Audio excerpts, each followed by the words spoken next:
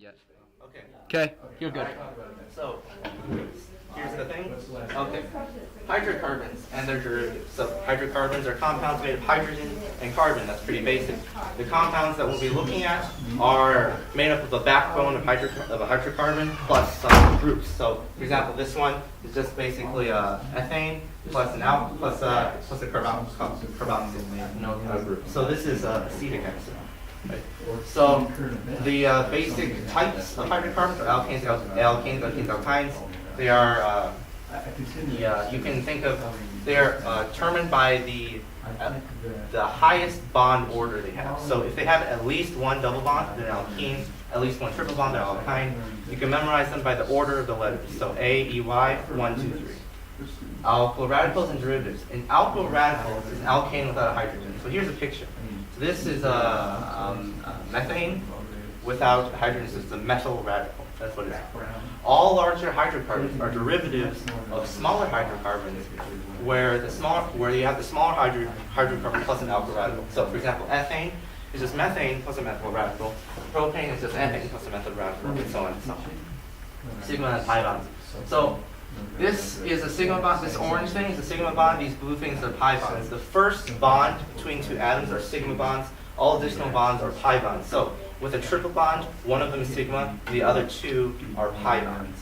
So the pi bonds sort of like are on a different axis, while the sigma bond is on the direct axis that between the two atoms. You have the two atoms, you have the axis connecting them. The sigma bond is directly on the axis, while the pi bond is sort of on a plane, rotated around it.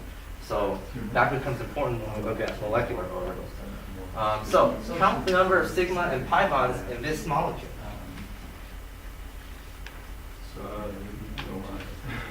So take about 10 seconds. 14 sigma. Yeah, correct. Kamal's got it. So there are 14 sigma bonds because there are 14 sets of bonds, and this specific bond is a double bond, so it's 1 sigma and 1 pi. We have 14 sigma bonds, 1 pi bond. Cycloalkanes, resonance, and aromatics. If a hydrocarbon is cyclic, that is, if the chain is connected to itself, it's cyclic. Okay, and you add the prefix cycle. So here we have 3 carbons. So it's propane. This one's butane, pentane, hexane, but they're connected in a circle. So we add the prefix cycle to show that. For all the for pentane and above, the bond angle between the carbons is about 105 degrees, 109.5 degrees between them. That's because they don't have just a plane shape, as you can see on the paper. So hexane looks like it's just a plane, but really the bonds are sort of staggered. So it's like, so it's sort of crumpled. So imagine taking hexane and sort of crumpling it together. So there's in the 3D plane, in this plane pointing out, it's a Z plane, I suppose it's for X and Y. This would have like sort of jaggedness that would give it 109.5 degrees. So pentane and above, it's always around 109.5 degrees, and that becomes important when you're looking at like Vesper theory, and, like dealing with how it acts upon other molecules. Resonance. Resonant bonds are where the bonds or the electrons specifically are delocalized. So, for example, here, in order to satisfy like the octet rule and things like that, you would need additional bonds. But it's symmetric, so you can have those bonds in different locations. So you could say you can have this set and this set. But really what happens is that you have a sort of distribution of electrons inside the molecule, so you don't actually have 3 sets of double. Mr. Green, please call 4904. Mr. Green, call 4904. Thank you. 4904. Okay. 4904. Any properties of that? 17. 17. The sum of it, those numbers, 17 is 28. In any case. So where was I? Okay, so in actuality, the molecules don't look like this. You don't have 3 sets of double bonds. You sort of have semi-bonds going in the entire thing as a distribution of electrons. It's a very weird thing. So resonance structures can also be represented by this, where you have a circle in the middle. This is benzene, which is like the poster child for resonance. Cyclic compounds with resonance are known as aromatics. That is, so benzene is an aromatic because it's cyclic and has resonance. Aromatic compounds are the ones that have an aroma, a smell. So when you smell something, you have a compound that is that is cyclic and has resonance, then it has a smell to it. You smell something. Yeah. Generally, it's a fragrant smell, like flowery fruit. It's basic nomenclature. So here are the prefixes and the names and the formulas based on the number of carbon atoms in the longest straight chain. To name a compound, you first identify what the largest carbon chain is, and then assign the appropriate prefix and suffix. So you have two ways of naming this carbon chain. If you go down here, you have 6 carbons as your longest chain. If you go down here, you have 5 carbons. So you choose the one that gives you the longest chain. So in this case, we have hexane. We don't have pentane, we have hexane. Now, we have to address this little group here, because in naming something, the system is made so that if you are given the name, you know exactly how that molecule looks and where all the groups are located. So, IUPAC, yeah. International Union of Applied Principles of Chemistry. Principles of Applied Chemistry. Principles of Applied Chemistry. Okay. So, how you first have to find the location of the first branch or part that is not part of the chain. So, then yeah, you identify what it is and its number, and then you add it, and it should be shown in the next slide. So, what is this group branching off called? So, you see this group right here? What's it called? It's a methyl group. Okay, it's a methyl atom. So, is it on the 3rd or the 4th carbon? So here it says 4. But when you number it, you have to choose it from the end that gives you the smallest number. So really, we consider this as the 3rd carbon because we go from this end, the methyl group stems off the 3rd carbon, rather than the other end, it stems off the 4th carbon. We choose the shorter one because then it helps us when we're writing it down, and also when we see the name, and also writing what it looks like. It's easier for us to understand. So here's the formula for writing the name. So you write the number, the radical, the number of the carbon the radical's on. So it's on the 3rd carbon, so we have 3. What is the radical? It's a methyl group. So we have 3-methyl, and then what's the straight chain name? It's hexane because it has 6 carbons, so it's hex, and it's an alkane, so we add the suffix ane. So it's 3-methylhexane. Very simple. Formula for naming hydrocarbon chains. All right. So what we're going for here is sort of like a trial by fire, if I use the phrase right. We're going really fast, and you have the sheet as backup, but I don't expect you to completely process it. And then through the next weeks, it should come by osmosis sort of as we continue on. I think that makes it faster and more efficient. But there's a lot of stuff. So formula for naming hydrocarbons with more than one attachment is the following. So in this case, you have 2 methyl groups branched on the 2nd and 3rd carbon. So we do 2, 3. Then you add a prefix for how many groups those are. So we have 2, so it's di. So you have 2, 3 di-methyl, they're methyl groups. And pentane, because there are 5 carbons in the longest branch, and it's an alkane. There are no double bonds or triple bonds, all single bonds. I like those lines. Every corner is a carbon. Yes. So this is a condensed formula, and every point is a carbon, as Kamal just said. Okay, so if you have multiple and different attachments, so in this case, you have an ethyl group and a methyl group, which are 2 different groups. You break them off into 2 separate groups in the naming. So you have the number of carbon that the radical's on, the radical, then the same for another one. You order the radicals based on alphabetical order of the first letter of the group. So ethyl, methyl, E comes before M. So you have 3-methyl, 2-methyl, pentane. The longest group has 5 carbons, hence that's an alkane. It's pentane. Nomenclature practice. Okay. So can you name this one? Alkene. So it's pro. Pro is the prefix. We didn't do So that. if it were just 3 carbons without the double bond, what would it be? It would be propane. That would be Yes. propane. Oh. So propane. Propane. And now you got a double bond, so that changes it somehow. Oh yeah. Yeah. So it's propene. And that goes with Cool. butane. Okay. What about this one? 2-butane. Butane. 2-butene. You have to identify where the double bond is located because Oh. butene, if it's on the first carbon, you can just ignore the number. You can put it if you want. I mean, it's within the rules, but you don't need to put it. So if you just say butene, then you say the double bonds. You're saying the double bonds at the first one. But if you say 2-butene, you're saying on the second one. And those have different properties and different, allow it for different reactions. Yes. On the first one, would it have a different name with the double bond on the left side? Nope, we're not. Why not? Because they're like the same molecule. You just, oh, I yeah. know. Because like reverse it. So you just sort of rotate it around. Like if you rotate this 180 degrees, then it's the same thing as if we're on the first one. Third one. Can you guys find the name for this one? This one's a little Hey, welcome back. So I have sheets explaining all the things. So we went up till we had 2 sort of comma 4. So we went dimethyl. 2 for organic chemistry. Yeah. 2 for dimethyl. Alex, I got a question up on If we there. had 2 comma 4 dimethyl. Big we write on Snapchat. Or 2 pentane. Honestly, no one. Or pentene. Yeah. So this is. Okay. So does anyone want to raise their hand and give a venture a guess? I have no idea. Okay.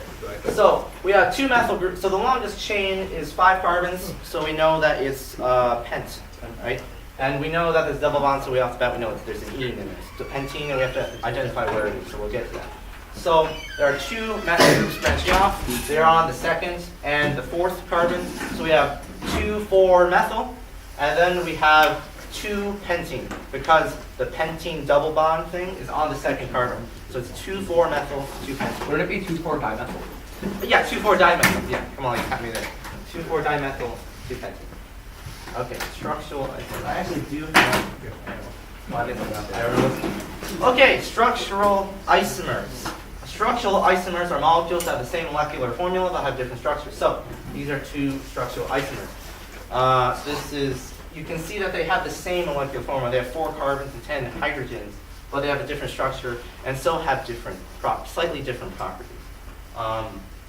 Yeah. So here are structural isomer shapes of different length carbon chains. So going on sort of what Mr. Chapman just sort of noted before. Well, this is slightly different actually. So why doesn't this have an additional isomer where the methyl group is branched off this carbon instead? Because they're not. If you rotate it, you can't get the other one. Like for example, if you rotate this 180 degrees, this is over here and not here. If you rotate it another 180 degrees, it's back on the right side and it's not on the left side. So they are different molecules. Well, it can be rotated in a different dimension. Not quite. Mirror image? Yeah. So they're. Well, like if you rotate it like this, and then rotate it like this. If it exists in 5 dimensions, then So- let me know. Well, you only need to. Oh wait, you're right. Yeah. You only need to. So you can move it like that. Okay, I was thinking of something else. Oh, well, like a gyro. yeah, that's what- But- those are what the okay. methods are. So you can't just flip it along this plane and get the other molecule. So also, you can also think of it as naming, because 2,3-methylbutane is really the same thing. It's both are 2-methylbutane. Because if you do 3, it's just 2 from the other end. So they have the same name. So then they're both really just the same. And then there's like this symmetry thing where you just flip it around. Yeah. Okay, I didn't notice that. I was thinking of hydrocarbons, which is First one was normal, and it's the second one it's a different concept. Yeah. is... So yeah, it's where you have something that it's not important now, right now. It'll be important later. So as you can see, as you increase in the length of the chain, you get a bunch more different combinations. So let's do some chemistry Olympiad questions. Yeah. From the local, these are from the local exams. So for the 2008 exam number 55, how many sigma bonds are in a molecule of diethyl ether? And it gives you the molecular formula. So You have to draw it out. And then you can draw it out. So I mean, you can not know what an ether's formula structure is and still be able to do this, because you'll be able to say, okay, well, oxygen needs 2 bonds because it has 6 valence electrons, and 2 bonds would give it the 2 more to fulfill the octet rule. Quick question: how many of you guys are in physical science? No. How many of you guys are in chemistry? Or how many of you guys are in biology and not chemistry? Okay, cool. Okay, so physical science goes over the oxygen. Okay, so I'll just draw it here for ease, I suppose. So carbon, It's an ether, so there's an oxygen between them. carbon, hydrogen, hydrogen, hydrogen, The hydrogen next to oxygen on the right, and then you just drop some. Who's normal duck? Carbon, hydrogen. No. Self-study. So this is the molecule. How many sigma bonds are on it? What's a sigma bond? 0. So a sigma bond is No, the no. first bond. So if you have a triple bond, it has one sigma bond and two pi bonds. The first bond between any two atoms is a sigma bond. Wait, you got So- 13? I got 14. Oh, Yeah, it's 14. so- Yeah, it's 14. How many is it? Yeah, 14. 1, 2, 3, 4, 5, 6, 7, 8, 9, 10, 11, 12, 14. Yeah, so Wait. 14 sigma bonds. So to get sigma bonds, you just like count How many sigma how many bonds? bonds, but then like double bonds, triple bonds, you just count this as one. So if you have a triple bond, that triple bond consists of one sigma bond and two pi bonds. Yeah, that's what. Oh, They I refer see. to the orientation, so I'll go quickly back. Oh, thank you. So this orange one is a sigma bond. It is along the axis between the two carbons. The pi bonds are in another plane, other axis.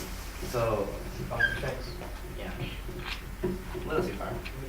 Okay, so 14, that is the correct question. Congratulations, you got the question right. Okay, on the 2013 test, number 54, how many sigma and pi bonds are in a molecule of ethene, or also known as acetylene, 3 with the sigma, formula 2 pi. HCCH? Okay, let me think about that.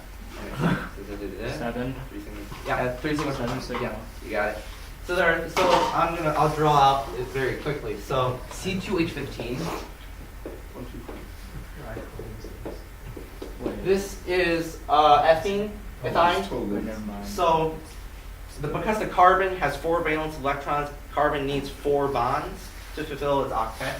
So you have the triple bond between carbons, the single bonds between the carbon and hydrogens.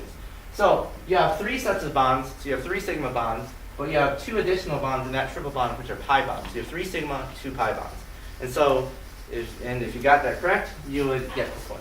By the way, these questions have multiple choice. So you have 4 options, so there's some free there. So is the answer 5? Yeah. The answer would be 3 sigma bonds and 2 pi bonds. If it says how many sigma and pi bonds they have in total, then just. Yeah. Oh, okay. Okay, so number 57. This one's a little more difficult. How many structural isomers have the formula C2H15? Basically, that's asking how many different arrangements of C2H15 can you have? Pull out the permutation combinations. Not quite. Wait, but this is like How do you even... Wait, yeah, is that possible? Yeah, that seems like a Can you do little permutations with them? not. I don't know. I feel like there's a model on it. Oh, we could actually look it up. But first of all, how would you make that? Yeah, how do you Yeah, there's not enough seats. Yeah. It's not enough long. So H15. 15, that's something that's bad. Did I write this? It could be 0. 1 second. Let me. You might have gotten it wrong. Wait a second. Okay. Because if you have 2 seats, This is how how it which makes one? sense. 2008. you max out. The maximum you could have is like C2H6. Yeah, because that's. I think it's C2H5. C2. Okay. So 2008, right? Okay. Yeah, because they're... Which they're question sigma is and pi it? bonds. Okay. C5H12. Wait, what? Let's Okay. Okay. Okay. Come on. What do you- C5H12. The answer 3. How many? So if you want a hint, I can just go back to when we had C5H12 if I can find the thing. I think it's 3. Oh, it's right there. Okay, C5H12. So there's 1, 2, 3, 4, 5. 12. So how many different structures do we have? A lot. 1, 2... Do you have 2? No, Right here. This is C5H12. You have 5 carbons. Oh wait, 1, C5. 2... Oh. Yeah. You have 3 different We isomers. did something like this in balance. Oh, what about C2H5? C2H5? They have 5, yeah. Okay. I think they're 5. You can't have C2H5. You can only have C2H5. What do you... Wait. Oh, Because if you have a double bond, you eliminate the 2. I see. Okay, so there are 3 structural formulas. How you would solve this is you just write out manually, okay, you have 5 carbons. All right, how do I rearrange these? I don't And think you you can can do put one on the permutations. end and one on the middle, and then you can make this sort of plus sign. So you find you have 3 options and you have your answer. All right, number 55. What is the number of structural isomers with the molecular formula C6H14? 4. 5. Yeah, so we just solved the thing before. Yeah. But it's pretty easy to figure out. You just write it out, you just write out the Oh, yeah. Wait, what does it mean by Wait, structural isomer? Sorry? So what does it mean by like structural isomers? Structural isomers. So are molecules that have the same molecular formula but different Right, but structures. for C5H12, can't you like? I think there's more than 3, isn't there? No. No, there isn't. Because you can like, can't you like move that thing over? No, because if Well, you, that's the same thing. If you as flip it over, rotating. it's the I same. know, like move the thing. Poking. Oh wait, no, my bad. Also, Yeah, they're can you only. have like 2 things sticking out as well? If you have 2 things, it's the same thing as a straight Oh shape. wait, I see what you mean. So like, what if? Oh yeah, because even if it's a different shape, it's really just one Yeah, continuous line. because like when you have this actual molecule, it's not really in a straight line, it's all bent and convoluted. So if you had like an L shape, it really is the same thing as a straight shape. You know, it's just a chain. Okay, So you have 3 that's different. good. That's good. I didn't. It's not really a branch. Okay, so C2015, guys. final question. What is the relationship between the 2 species shown below? What are they? The same thing. But Symbiotic. what are they called? Oh, I forgot the word for it. How do I not know this right now? Oh no, come on, Same, I we think learned I've heard it. about We this know it's before. called. So what is special about it? They're the same thing, just. Oh. Just- I forgot what the word What is type of called. bonding do they have? They have. They are resonance forms. Oh, thank Oh, you. sort of. Thank Oh. So like you can sort Oh of yeah, think with of the bonds. arrow. I like I to. used to know that. In general, if we have like if you have an alkane, Yeah. we just say that the number of structural isomers is just 1 less than the number of carbons. Like C3H6 is 2, C4H10. Yeah, there's a formula. There's a formula. Okay, wait. So, So- there. Okay, wait. So. C. So I think it's C and H and plus H2N Plus 2. plus 2. No, but what I'm thinking is in an alkane, Yeah. if we have an alkane, and how many structural isomers if there are? Oh, structural. How many structural? I don't think there's a form. I think it's just- there might be a form. There probably is a formula. If but there's an alkane, I think it's just n-1. not quite, because it increases by a huge amount as you go up. So it's more like exponential. So if there is a formula, it's probably somewhat complex. I mean, well, it's like a permutation combination or Yeah. whatever, you know. At the very least, when I looked Something through the like textbooks, they didn't bother giving me any sort of equation. So Like they you would probably give me don't- ones for alkanes, probably alkenes, don't. So alkynes, just not- draw them out. Yeah, for structural. Okay, wait. So, You're not going to be given anything wacky. It's probably not So- going to ask you about equations. Yeah, C144, about- C6 is the bigger 100. So, could you go back to the resonance form? resonance. So that whole picture of resonance, that actually represents one molecule, right? Yeah, Like with the arrow. yeah, they're both the same. Because really, you don't have 3 double bonds that are alternating between 2 sets. You don't have It's that. almost like half bonds, kind Yeah, of. yeah. The electrons, the Right. bond electrons are stored delocalized and spread throughout the thing, and it's not Is that really almost, double bond. Is that almost like a metallic bond, kind of? No, metallic bonds are when the The electrons are kind of just. yeah, and the metal has a lattice structure. These Yeah. are molecules. Molecules are like individual units, but a lattice structure, like salt or metals, has no molecules. There are no molecules of metal or molecules of salt. They're all They're like a conglomerate. yeah. I need to refresh my memory on this. Okay. Yeah, I looked at that. Yeah, I actually Okay. looked at the same page. All right, functional groups. The next section. That'll make memorize all. Functional groups are extra attachments or parts of compounds that are not the standard alkanes. They change the physical and chemical properties of the compound they are a part of. Why do these change the properties of compounds they are part of? Because they're not the same thing, They, basically. So the first thing you have to identify is like, okay, so in the question, why do they change the properties of the compounds they're part of? You just say, well, what's different? Whatever is different is the cause. So these are not carbons and hydrogens. These are oxygens and nitrogens. So it probably has to do with the fact that they're oxygens and nitrogens, and those have special properties that are different than carbons and hydrogen. Very specifically, one thing is hydrogen bonding. If you have a hydrogen attached to the fluorine, oxygen, or nitrogen, oh, then actually, H on the phone. yeah, Do yeah, you have pencil? H on the phone, yeah. Then it exhibits stronger intermolecular forces. So like water has hydrogen bonding, so the molecules have a greater attraction toward each other, and so the liquid is more cohesive. So similarly with carboxylic acid, you see it has hydrogen bonding, so the liquid is more cohesive. similarly with like the halides, you have one atom which wants the electrons more, so they sort of create a polarity within the molecule. And that's actually why strong acids are strong, because you have one of the halide which sort of rips the electrons away from the other one, and so already sort of makes it an ionic bond. Well, yeah.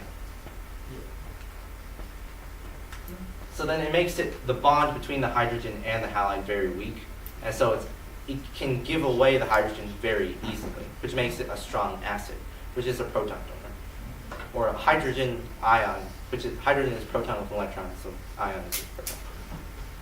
Give us So- a second to copy these down. Yeah, you have 5 minutes to memorize these, and then we'll continue. Let's quiz. We'll have After 5 that, seconds. there will be a blitz quiz where you'll be shown a molecule and you have 5 seconds to identify which one of them below.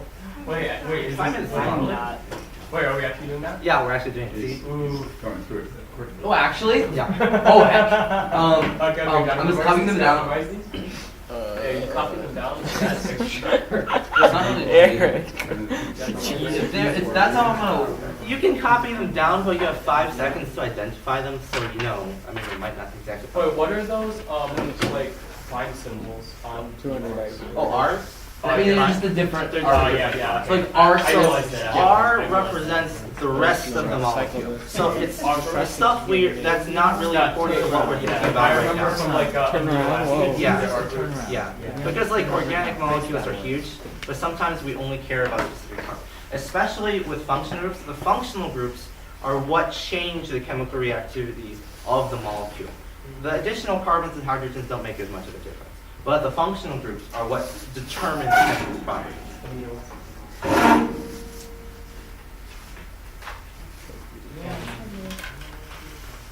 Oh, these are really horrible, actually. They're a lot worse than what I thought they would be. Yeah, I know most of them. You might want to take special note on differentiating very similar sounding ones, similar ones. Amine, amides. Yeah. Oh, wait, well, we have the Carbonyl, names. carbonyl. Will there be the names there? Let's quiz. Will it have the names? I have the names in the bottom, but I'll just identify them. Ketone. I feel like I can identify them. Aldehyde. Ester. Alcohol. Wait, is it only these? Organic halides. Are these only? Carboxylic acid. There are amide, more, but and these are the major ones. Because these are a little bit different. These are a little different. We have like a couple different ones. Like we don't have organic halides in here. Oh yeah, I didn't include that. Because organic halides, that's pretty obvious. I mean, it's a halide on an organic compound, you know. Maybe they're called halide organics. I don't know. Wait, does they have to be chlorine, chloride, or bromide? Come on. Are just a halide. Come on. But you're not really going to get anything else other than But yeah, you can get other ones. Fluoride. Just less fluoride. Alright, so is it possible to like synthesize a specific molecule? Yeah. Up to So C6. chemistry. Yeah, that's kind of what they do. Yeah. You know, You remember well, dynamic line? it's like a C60 molecule. Have you ever heard of this? Uh, It's like a C60 molecule. Remember Invasive Species where Eric tried to put in a book in his binder? Soccer ball. Wait, So there's that's our synthesized. towers where I basically. Yeah, every- the lab adjacent to the one I worked in is trying to like synthesize proteins. Yeah. Yeah. Like basically. 3 I- more minutes. yeah, I 2 more know. minutes. Why should I go in this lab? That's kinda. Why should I go in this lab? Oh, I've heard. Wait, do you know Dr. Savelli at MSU? Here, why don't we do this iteratively? Why don't we do 2 of them right now and then go back and wait another 30 seconds? Okay? I'm good. All right. What is this? Alcohol. This one? Ester. This one? God. Spacecraft from Star Trek. Didn't memorize them. What is that one? It's, Aldehyde? yeah. So so there's supposed to be a double bond here. Whereas the carbon has a double bond, the oxygen has 2 bonds. Both of these should have another bond. Oh, that's why. Okay. Yeah, you see it's missing these 2 electrons right here. So this is supposed to be a double bond. And this is also supposed to be a double bond right here. And so anywhere that it makes sense to fulfill the octet. So a double bonded oxygen connected to a carbon is also known as carbonyl, by the way. Wait, no, it's what? Carbonyl. So carbon YL. So Carbonyl. the difference between an aldehyde and a ketone is an aldehyde has a dehydrogenated alcohol, Dehydrogenase. aldehyde. That's why the name is. So you can imagine this had an oxygen and a hydrogen, and the hydrogen got removed, and then it created a double bond. So that's why it's called an aldehyde. So an aldehyde is where the double bonded oxygen is at the last carbon. It's on the terminal carbon. A ketone is where it's on a carbon in the middle of the chain. So these R groups represent like other chains of carbons and such. Okay. Similarly, with ether and ester, okay, no, not ether and ester. With amine and amines has the nitrogen on the end of the molecule, while an amide is in the middle. So it still has carbon on both sides, or still has molecule on both sides, rather than just hydrogen. Yay, chemistry. All right, so I think everyone's sort of done. So let's continue. What's this one? Carboxylic acid. Carboxylic. Here, come on. No answering. You have to Get out of here. Okay. Come on, Eric, you know this. Abby, do you know what this one is? Oh, it's here. Carboxylic acid. You know what this one is? This one's one more difficult. Wait, can I have the C? Come on, Eric, what is This is college level. Ketones? I need to bring in my organic chem textbook next time. It's hard to Dude, look. why are they backwards? So this is an ester. Inorganic. So the difference between ester and ether is with an ether, you just have an oxygen between two chains, two groups. Right, so you have carbons continuing off. So you could have C, and then you have an O, and then you have C, and then that's an ether. But with an ester, you have another oxygen attached to the carbon that's double bonded to it. So this doesn't show it, but so right here you see that there's an oxygen here attached and another oxygen here. If you didn't have this, this would be an ether. Yeah? So ketones can't have oxygen. So Yeah, they do have oxygen. I mean, like for other ones. Like Ether? between ester and ketone. Yeah. So an ether Ester. does not have this extra double bonded oxygen. It just has an oxygen between the two groups. Too complicated. I was reading. He was asking. That's the number I Ester. heard. Ketone. Oh, ester and ketone? Okay, so a ketone is an aldehyde that has an oxygen in the middle. So if you didn't have this, this would be a ketone, where the carbon continues and you have a double bonded oxygen. If you don't have any of this and you end with the hydrogen, then this is an I aldehyde. will be here. Alcohol dehydrated. So if you imagine this would oxygen H, that'd be alcohol, you remove the hydrogen, and then it's double bonded, you have aldehyde, that's what it's named. Okay, this one. Anyone got the name?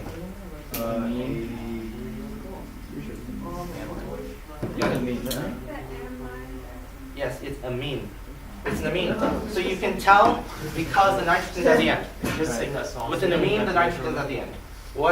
Actually, no, this is not correct. This is an amine. Yeah. Okay, because it has an oxygen.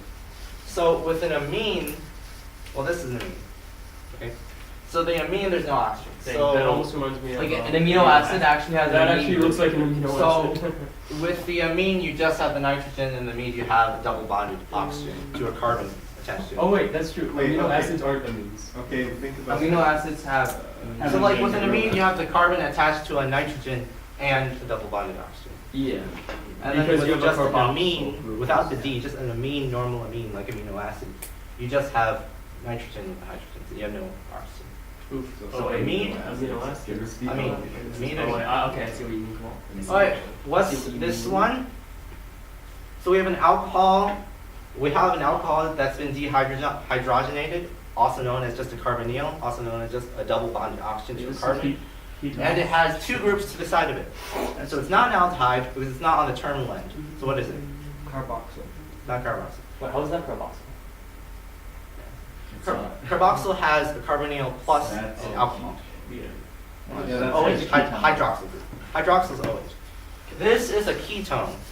So identification is important, and like they in an actual class they stress the identification much more than I'm going to stress it because I feel like you have the paper, you'll get it eventually. In the chemistry Olympiad, you won't need to identify as much. You don't need to identify as much, but like there It have been, helps. yeah, but there are some questions where if you don't know the material, don't know the advanced material, knowing that it's a ketone will help you a lot because then you can know, okay, this is what it looks like. This, like for example, it has like gentle oxidation of carboxylic acid. Can you squeeze your phone? Don't have to remove Gentle it. oxidation, yeah. Carboxyl acid. Yeah. So you have things like this. So this is a ketone because it has a carbonyl and it's on a carbon that's not terminal. What is this? This is the last one. Organic halide. Sorry. What? Kamal. Oh, you know too much. Please. You do know. We literally talked about it right now. Okay, so this is an organic halide. It says halides on it. This is carbon tetrafluoride. It's for chlorine atoms, which are halides. Okay, so intro to organic reactions. The four basic types of organic reactions are acid-base reactions, addition reactions, substitution reactions, and elimination reactions. These are the same as normal chemical reactions, except one of the reactants just happens to be an organic molecule. So, acid-base reactions.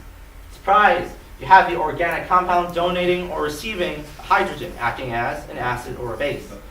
With the reactant, the other thing it's reacting with, taking the opposite role, receiving the hydrogen or being the one who's donating hydrogen. In the process, a salt is formed, just as with a normal acid-base reaction. If you don't know, a salt is just defined as a group of two oppositely charged ions. So like sodium chloride sodium is positive, chloride is negative. Often formed from acid-base reactions.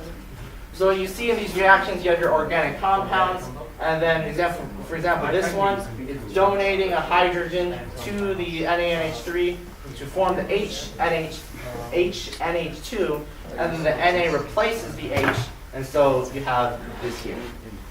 Right? So that's base substitution reactions.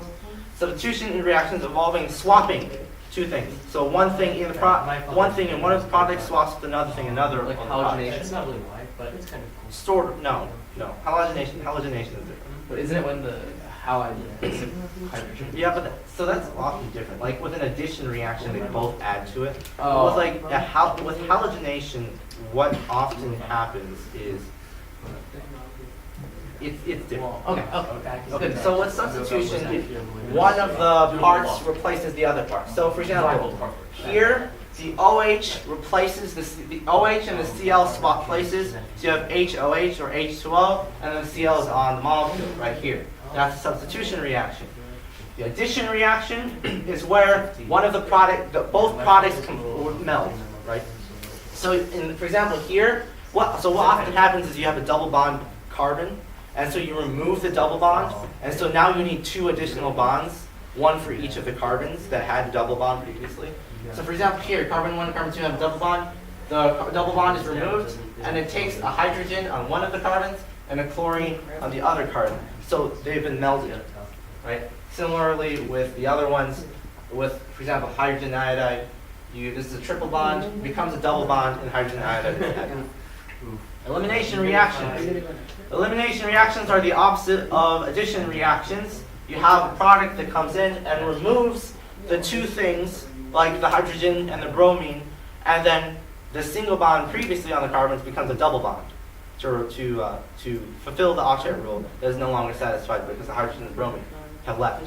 So for example, for this one, which was the opposite of one of these reactions, I think this one, this reactant comes in, takes away one of the hydrogens from carbon 1, takes away the bromine, a double bond is formed to replace it, and the bromine and hydrogen are gone. They're in the other reaction. So it's basically the opposite of an addition. Opposite of an addition reaction.